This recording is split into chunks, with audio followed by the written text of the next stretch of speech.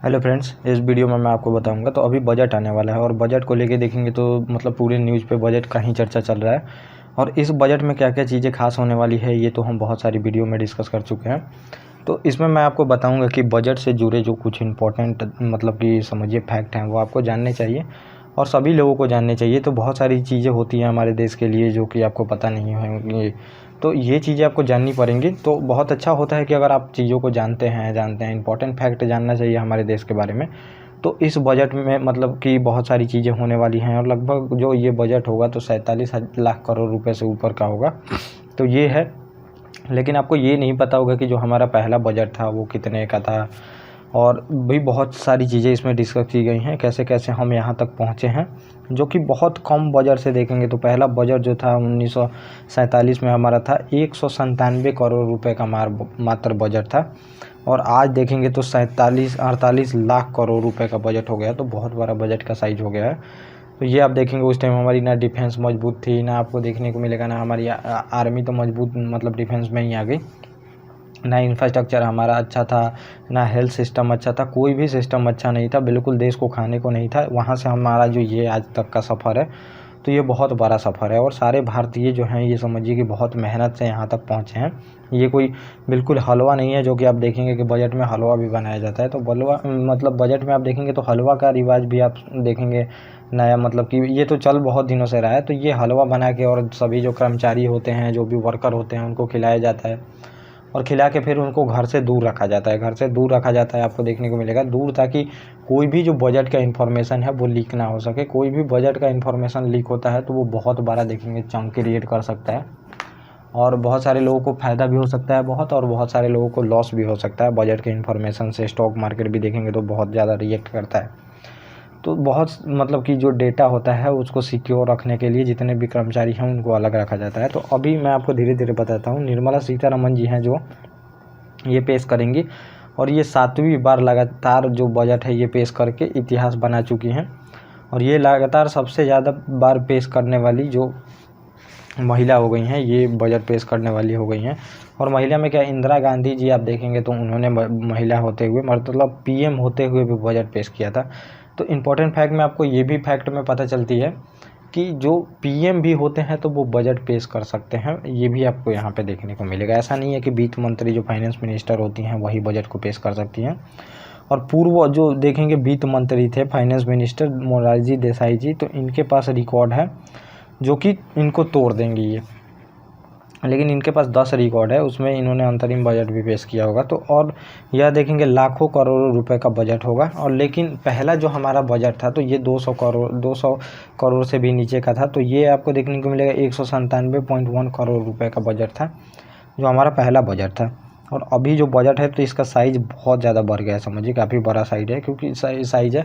एक तो धीरे धीरे इन्फ्लेशन भी बढ़ा है, तो वहाँ से आप देखेंगे तो बढ़ते बढ़ते आया है। फिर टैक्स का रेट जो है हमारा बढ़ा है, फिर टैक्स कलेक्शन भी बढ़ा है, फिर हमारे यहाँ पे पॉपुलेशन भी बढ़ी है, फिर नोट की छपाई भी हुई है। तो इन सब को लेके जो है ये मूल्य बढ़ता है, मनी पावर भी बढ़ता है, मनी कमाई भी हुई है हमारी। और बजट पेश करने का काम सिर्फ वित्त मंत्री का नहीं होता है, प्रधानमंत्री भी देखेंगे देश में बजट पेश कर चुके हैं। और दरअसल देखेंगे बजट से जुड़े ऐसे ही आपको फैक्ट पता चलेंगे। तो जवाहरलाल नेहरू जी जो थे तो इन्होंने भी बजट पेश किया था 58-59 में, आपको देखने को मिलेगा 1900। और भी हम नीचे चीज़ों को देखते हैं इसमें क्या क्या आर्टिकल में डिस्कस की गई।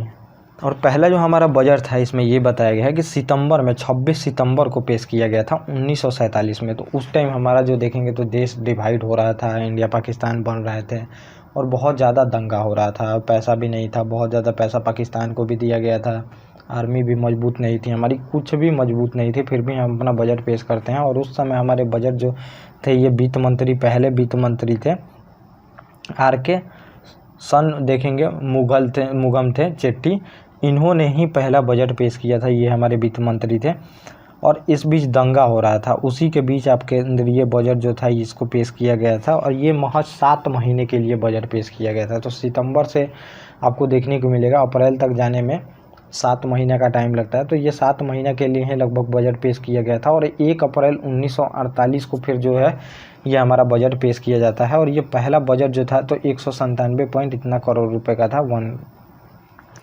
और अप्रैल में फिर बजट जाके पेश किया जाता है और उस समय हमारा देखेंगे तो रुपए का था, तो उस समय हमारा बजट जो था ये 47.65 करोड़ का ही था। तो और भी बजट कम हो गया था, बंटवारा भी हमारा हो ही गया था।